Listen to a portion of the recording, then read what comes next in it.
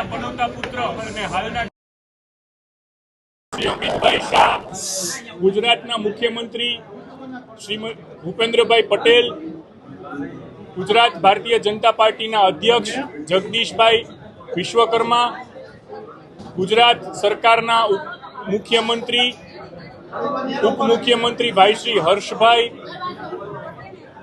સૌરાષ્ટ્ર વિભાગના ઝોન મહામંત્રી સન્માનીય અનિરુદ્ધભાઈ, ગુજરાત ભારતીય જનતા પાર્ટીના સંગઠન મહામંત્રી સન્માનીય રત્નાકરજી, અન્ય સૌ ગુજરાત ભારતીય જનતા પાર્ટીના મહામંત્રી ભાઈ શ્રી પ્રશાંતભાઈ હિતેન્દ્રસિંહ, રાજકોટના અધ્યક્ષ માનનીય માધવભાઈ, સૌ સાંસદ ધારાસભ્ય ભારતીય જનતા પાર્ટીના ચૂંટાયેલા કોર્પોરેટરો અને ખાસ કરીને રાજકોટની પ્રજાનો આ તકે હૃદયથી આભાર માનું છું.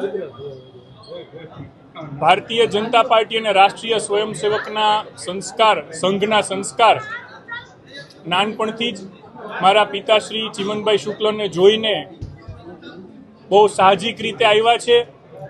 આ તકે આ જવાબદારી પક્ષે મને આપી છે એ માટે મારા માતા પિતાને સ્મરણ કરીને તેમના ચરણમાં વંદન કરું છું.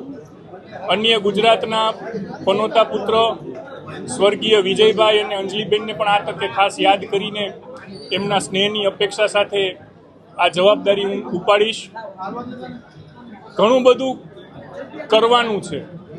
2.5 વર્ષ રાજકોટ માટે જે રાજકોટની જનતા ભારતીય જનતા પાર્ટી પાસેથી અપેક્ષા સેવી રહી છે એ અપેક્ષા પરિપૂર્ણ કરવાની જવાબદારી જ્યારે અમારા લોકોની ટીમ ઉપર આપી છે ત્યારે અમારા પક્ષનો હૃદય સાથે આભાર માનીને આ જવાબદારીનું વહન કરવા માટેની સંપૂર્ણ તૈયારી અને ઉત્સુકતા બતાવી રહ્યો છું.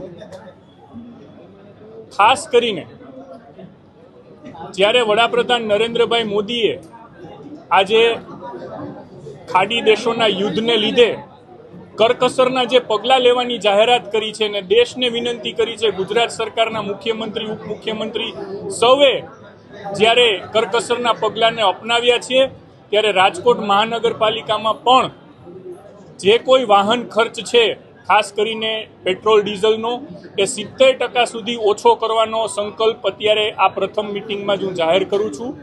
અને કોઈ લાંબો સમય અમારે પસાર નથી કરવો. હમણાં જ અત્યારે જ સ્ટેન્ડિંગ કમિટીની મિટિંગ પતે એટલે રાજકોટના કમિશનર સહિત સૌ ઓફિસરોની મિટિંગ બોલાવેલ છે. એમાં જે કાંઈ પગલાં લેવાના છે એની ચર્ચા કરીને આપ સૌને જાણ કરીશું. ભારત માતા કી જય, વંદે માતરમ.